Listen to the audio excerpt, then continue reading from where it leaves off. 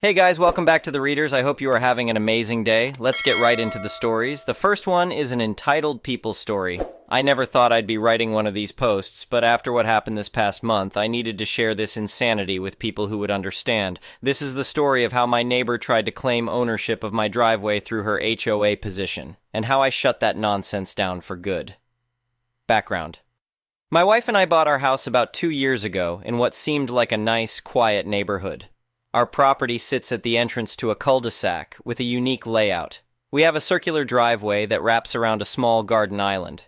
It's one of the reasons we fell in love with the place. The driveway is wider than most in the neighborhood and can easily fit 4 cars. When we first moved in, we were told there was a homeowners association, but it was pretty relaxed. Annual dues were reasonable, mostly covering community landscaping, snow removal for common areas, and maintenance of the small playground and park at the end of the street. I'm not generally a fan of HOA, but this one seemed harmless enough. Our house is positioned in a way that our driveway is somewhat separate from the main part of the neighborhood. There's a small strip of trees between our property and the rest of the houses, so we feel like we have our own little secluded space despite being in a subdivision. About 6 months ago, a new family moved in 3 houses down, a couple with 2 teenage kids. The wife, who I'll call Karen, not her real name obviously, immediately got involved with the HOA and was elected to the board within 2 months. I didn't pay much attention to HOA politics, so I didn't think much of it at the time.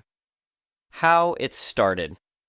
The trouble began when Karen started hosting weekly book club meetings at her house. Every Tuesday afternoon, about 6 and 8 cars would show up, making parking on our narrow street a bit tight. Not a big deal. Happens occasionally. One Tuesday about 3 months ago, I came home from work early to find 2 unfamiliar cars parked in my driveway. I figured they must belong to visitors who got confused about which house they were visiting, so I waited a few minutes to see if anyone would come move them. When no one did, I walked down the street and saw a gathering at Karen's house. I knocked on her door, and when she answered, I politely said, "Hi, I think some of your guests might have parked in my driveway by mistake. Would you mind asking them to move their cars?" Karen gave me this look of mild annoyance.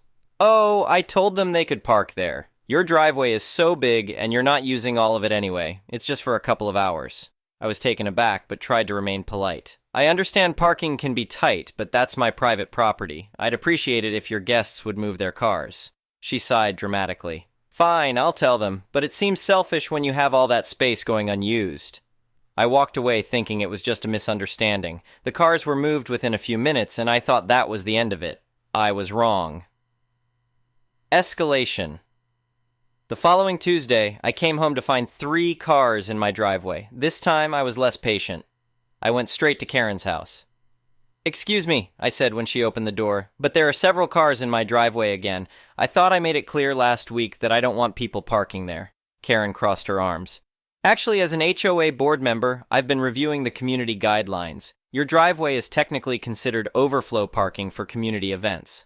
"What? That's ridiculous," I said. "It's my private property, not community property." She smiled smugly. "You might want to check your HOA agreement. Section 5.3 discusses community parking provisions." I was furious, but decided to check before escalating further. I asked her guests to move their cars, which they did, looking embarrassed about the whole situation. That night, I dug out our HOA documents and read them carefully. There was indeed a section 5.3 about parking, but it only specified that street parking was available to all residents and their guests, with the caveat that driveways and private property were excluded from this provision. In other words, Karen was completely making up the overflow parking claim. The next day, I emailed the HOA president, explaining the situation and attaching the relevant section of the agreement. He responded quickly, apologizing for the confusion and assuring me he would speak to Karen. I thought that would resolve things. Again, I was wrong. The confrontation. The following Tuesday, I made sure to come home early. Sure enough, at around 3:30 p.m., cars started arriving for Karen's book club. I watched from my window as she actually directed 2 cars into my driveway. I immediately went outside to confront her. "Karen, what are you doing? I've already clarified with the HOA president that my driveway is not community parking." She had the audacity to look annoyed. "Oh, please, it's just for a few hours. Tom, the HOA president, agreed it makes sense to use available space for community functions." "That's not what he told me," I replied. "Please have your guests move their cars immediately." "No," she said firmly. "As an HOA board member, I'm making an executive decision. Your driveway is underutilized and the community needs the parking space." I was dumbfounded. "That's not how this works. This is private property, not HOA property." "Well, she said with a smirk. "We can discuss this at the next board meeting. Until then, the cars stay. If you have a problem with it, you'll have to take it up with the board formally." At this point, I decided to take a different approach. "Fine. The cars can stay for now, but I want to be clear that this is the last time." She looked triumphant as she walked away. What she didn't know was that I was already on the phone with a towing company. The revenge begins. 20 minutes later, a tow truck pulled up. Karen and several of her book club members rushed out when they realized what was happening. "What do you think you're doing?" Karen screeched. "Having unauthorized vehicles towed from my private property," I replied calmly, "as is my legal right. You can't do that. This is HOA-approved parking." The tow truck driver looked at me questioningly. "I have the property deed right here," I said, showing him the documentation I had ready. "And I have email confirmation from the HOA president that this is indeed private property, not subject to community parking rules." Karen was turning red with anger. "Stop this right now! I'm calling Tom." "Go ahead," I said. "I already spoke with him yesterday." While Karen frantically called the HOA president, the tow truck driver began hooking up the first car. The book club members were in a panic, trying to figure out whose car was being towed. A woman rushed forward. "That's my car! Please stop!" I actually felt bad for her, as she seemed genuinely distressed and probably had just followed Karen's directions. "If you move it right now, I won't have it towed," I told her. She quickly got in her car and backed out of my driveway. The second car owner came running as well, and I made the same offer. Karen was still on the phone, gesturing wildly and pacing back and forth. When she finally got off the phone, she marched up to me. "Tom says there's been a misunderstanding. He never authorized use of your driveway." "I know," I replied. "That's what I've been telling you." "This is ridiculous," she shouted, now drawing attention from other neighbors. "You're being completely unreasonable. The HOA has jurisdiction over the entire neighborhood." "No, it doesn't," I said firmly. "The HOA has jurisdiction over common areas and certain aspects of home appearance. It has zero authority over my private property, including my driveway." "We'll see about that," she threatened before storming off to her house, her book club in disarray. The HOA meeting. The next HOA meeting was scheduled for the following week, and I made sure to attend. Karen had apparently been spreading her version of events throughout the neighborhood, painting me as the villain who was refusing to share during community events. When the issue came up on the agenda, Karen immediately launched into her narrative. "As many of you know, we have a resident who is refusing to allow community parking in his oversized driveway during neighborhood events," she began. "This kind of selfish behavior is exactly what the HOA was designed to prevent. I propose we amend the bylaws to explicitly include private driveways as potential overflow parking during sanctioned community events." Several of her friends nodded in agreement. I waited for my turn to speak. The HOA president, Tom, looked uncomfortable. "Before we discuss any amendments, I think we need to clarify the current rules. Our existing agreement specifically excludes private property from community parking provisions." "But we can change that," Karen insisted. "With a majority vote, we can amend the bylaws." When I was finally given the floor, I was prepared. "I've consulted with an attorney who specializes in property law and HOA regulations," I said, which was true. I'd had a consultation earlier that week. Any amendment that attempts to claim jurisdiction over private property without the owner's consent would be illegal and unenforceable.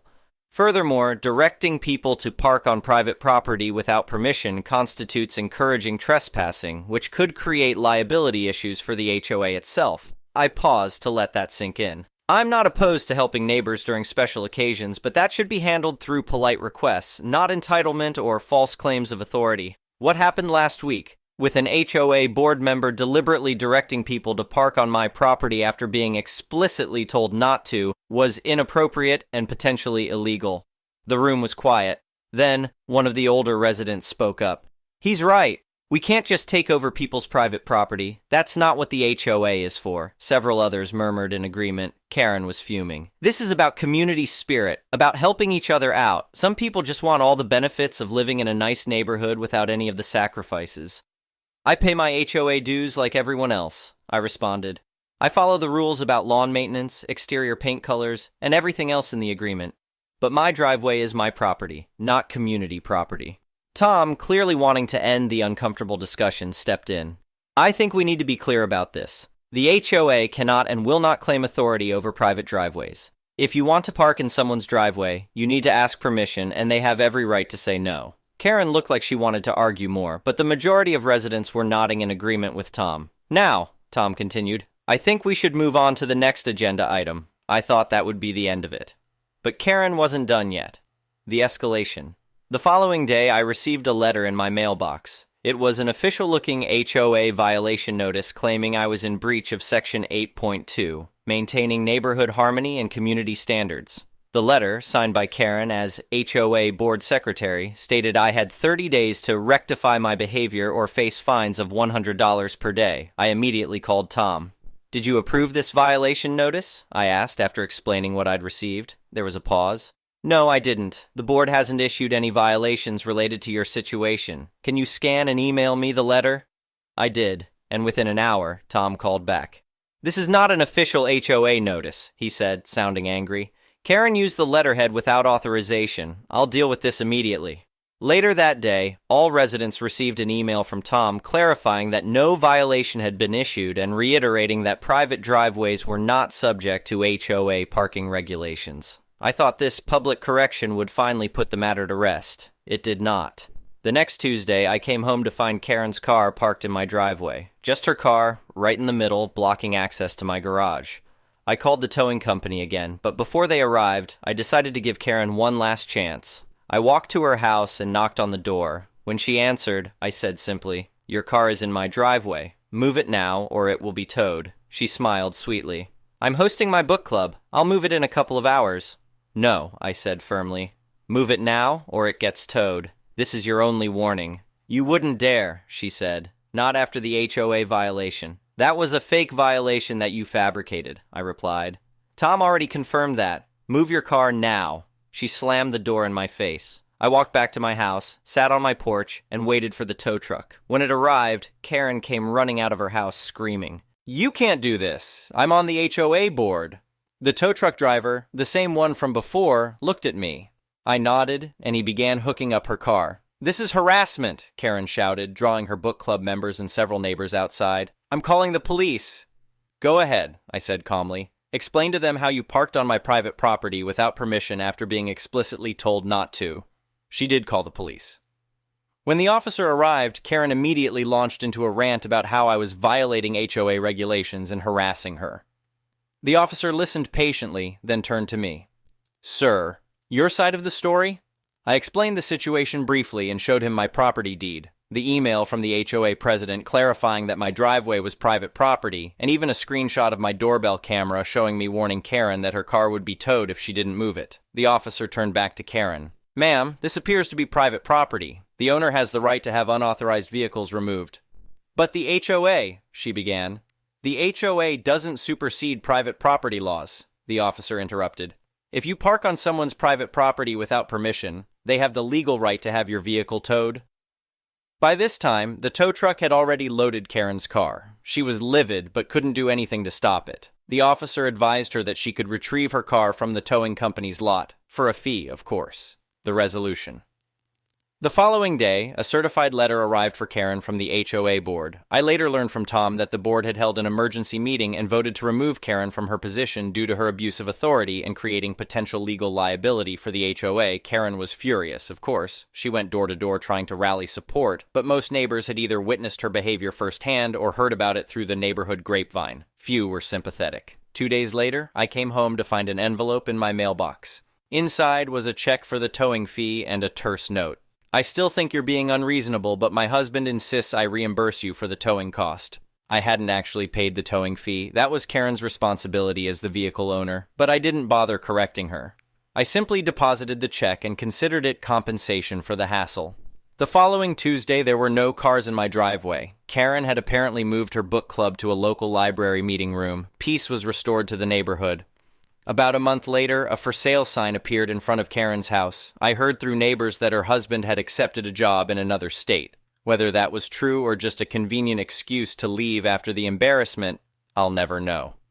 That's out to the aftermath. It's been 3 months since Karen moved out. The new family that bought her house is lovely.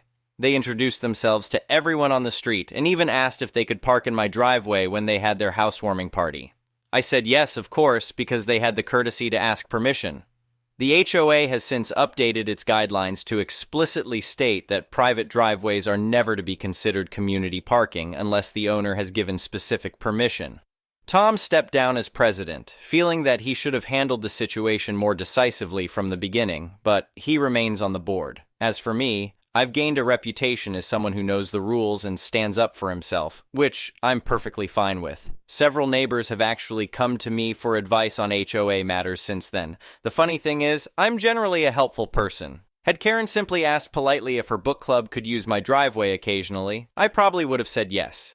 It was her entitlement and attempt to use her HOA position to bully me that led to this whole fiasco. The lesson: know your rights, document everything, and don't let entitled HOA board members bully you into giving up your private property rights. And maybe, just maybe, a little courtesy goes a long way. Update: 6 months later. Wow, I didn't expect this post to get so much attention. Thanks to everyone for the supportive comments and advice. Many of you have asked for an update, so here it is. It's been about 9 months since the whole driveway debacle, and things have definitely taken some interesting turns. Grab your popcorn because there's more to this story. Remember when I mentioned Karen moved away? Well, I found out the real story behind that, and it's more satisfying than I initially thought. It turns out her husband wasn't just transferred to another state. After the HOA board removed Karen from her position, they conducted a review of all her actions during her brief tenure. What they discovered was pretty shocking.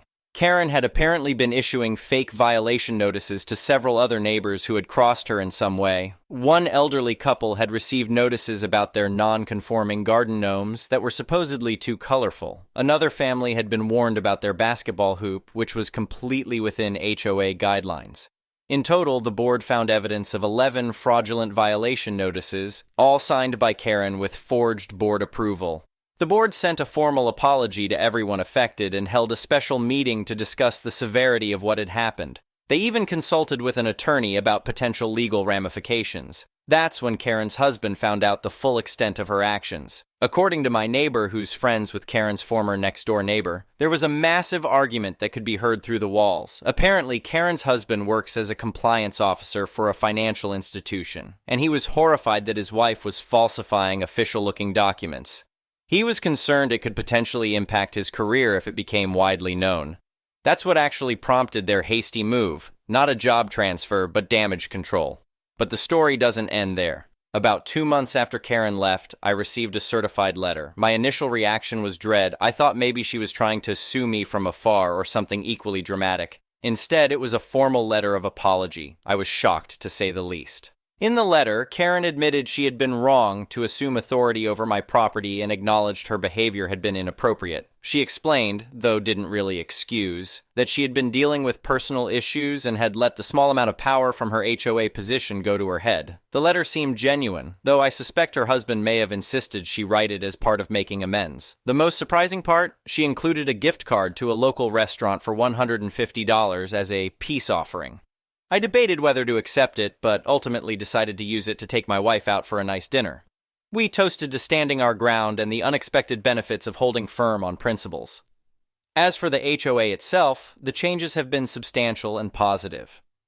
After Tom stepped down as president, a retired attorney in our neighborhood named Diane took over.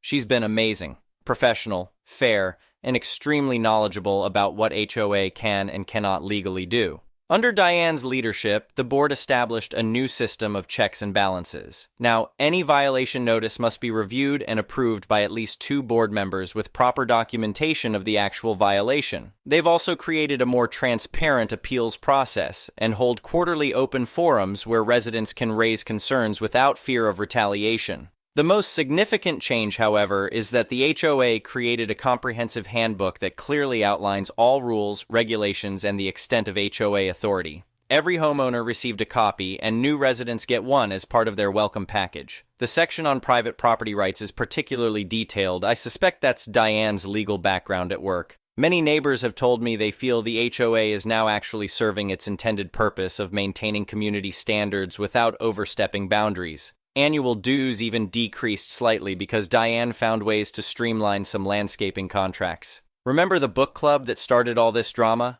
It's still going, but it's now hosted at our community center, which was rarely used before. The HOA approved a small budget for refreshments, making it a true community event rather than Karen's private power play. Ironically, this is what community spirit actually looks like, not forcing your way onto someone's private property, but creating welcoming spaces for everyone to enjoy. My wife and I have become much more involved in neighborhood activities. We even volunteered to help organize the annual summer block party. When we needed additional parking for that event, several neighbors offered their driveways willingly. I made sure to return the favor when appropriate. The family that moved into Karen's old house has become good friends with us. They have 2 kids about the same age as our nieces, so they often play together when my sister visits. We even installed a basketball hoop in our driveway, properly approved by the HOA, of course, which has become a popular gathering spot for neighborhood kids.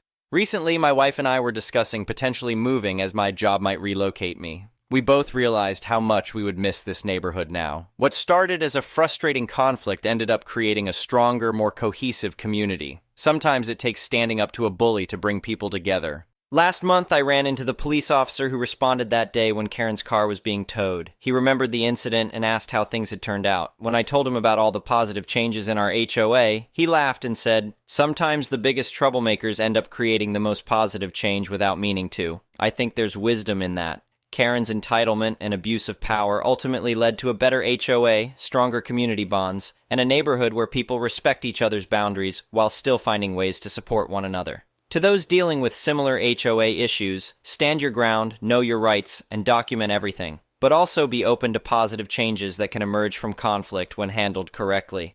Our neighborhood is proof that sometimes confronting a problem head-on leads to the best possible outcome for everyone involved. Well, except maybe for Karen, but that's a consequence of her own making. Oh, and one last thing, I invested in some security cameras for my driveway, not because I expect any more trouble, but because the whole experience taught me the value of having clear evidence. Plus, they've already come in handy for catching the neighbor's cat who keeps leaving paw prints on my car. But that's a story for another post. Thanks again for all your support, Reddit. Sometimes standing up for yourself really does pay off in the end. Edit. For those asking about the fake violation notices, yes, those technically constituted forgery and could have led to legal consequences. The HOA board and affected neighbors decided not to pursue charges since Karen had moved away and made some attempts to apologize. Diane, our new HOA president, said it wasn't worth the legal fees when the situation had already resolved itself. I personally think Karen got off easy, but I'm just glad to have peace in the neighborhood again. The next one is a pro-revenge story. My landlord was a terrible human being. Honestly, calling him a human is even pushing it. Just a few things he has done to me over the past 3 years. Stole my dryer and other household products that are in a common area. Made me pay for a plumbing repair which was deemed normal wear and tear. Tried breaking into my house. Retaliated against me because I went to my lawyer after he sent me a letter about a parking spot. He tried charging me an extra $150 a month. Mind you, I was never late for rent in 3 years, except for when he made me pay for the plumbing repair. So the next month I was a couple days late. The list goes on. Now this apartment was nowhere near nice. I found out the plumbing was illegal. He left me with a porch for years that has severe safety issues. The ceiling paint was always falling down, gas heater was not up to code, and so on. I finally got my chance to leave after he wanted to raise my rent $500 a month. He will do anything and everything to get more money out of his tenants. So I called the building inspector 4 days before I left. I told him everything. The porch, when he finally replaced it, didn't have a permit and was definitely not up to code. I told him about the plumbing and the heater. I went on and on. The inspector came over the very next day. I saw him taking measurements. Each violation is a $500 a day fine until fixed. I honestly don't know what happened, but my God, did it feel good to finally get him back. He's at the very least on the town's radar. A week before I moved out, he tried telling me I needed to be out at a specific time. I never responded, and where I lived, that's not how it works. He tried to threaten me with the police if I wasn't gone. Well, I went to the police myself that morning to warn them. The landlord did come by, threaten me, and harass me. I called the police. They informed him I was in the right. Long story short, he had broken into my apartment. I had left to go to storage, while I was gone. He nailed my door shut. I told the police to get the supervisor because I was over being harassed by this guy. Go figure he left before the supervisor could get there. I'm positive he knew he'd be arrested on sight. Got the police report, they're charging him with a felony for breaking and entering. Fines plus a charge, don't be a jerk to good people. The next one is a malicious compliances story. I finally have a story for this sub. So, background, I work in U.S. Customs compliance, which, due to the current administration, is annoyingly unstable. Tariffs are being changed left and right, as well as the definitions of what products count as what kind of products or materials being classified as specific exceptions. It's a mess. However, there's this thing called duty drawback that ended up being a big deal at my company. To really water it down, if Company A imports products to the US but then immediately ships it to, say, Canada to their franchise stores, Company B, then technically Company A was simply a stop en route and not the ultimate receiver. Company B pays taxes, called duty, on the product, but because Company A also paid taxes, Company A is due a refund for the duty paid, hence duty drawback. So after months of chasing down this information, going back 5 years, learning we had holes in the info, trying to patch that up, trying to figure out the math, making it accurate, finding errors, etc., up to 16-hour days because someone promised we could get this done in 2 months when we needed 5, and weekends torpedoed by work calls, we finally submitted the application. And it worked. We got a great return. But because we missed the deadline by a day and it was a rocky process, my boss was let go over poor performance and missed opportunities. Never mind the fact that this project was his idea and he was the one who got it rolling in the first place. And then the higher-ups decided that they wanted records of everything covered. Not digital, though. That's not official enough. Printed in binders with official letterhead, sealed and signed, if you would. Well, my boss's superior, who is covering his desk, came to us livid at the extra work we had to do and said they want paperwork, they get paperwork. Find the biggest binders you can find and put everything on hold until they get what they want. And just to make sure they see everything, print it single-sided. So far, we have about 3,600 printed pages. Hole punched by yours truly, stuffed into 6 binders. And that got us through June of year 1. Of 5. The binder pile is 3 feet tall already, and I get to do more of that when I get back to work. Compared to what I've been through recently, this is practically a vacation, and I can't wait to see that jerk's face when we drop all of these on their desk. Thank you for watching. I would really appreciate it if you could like the video and subscribe to our channel if you haven't already.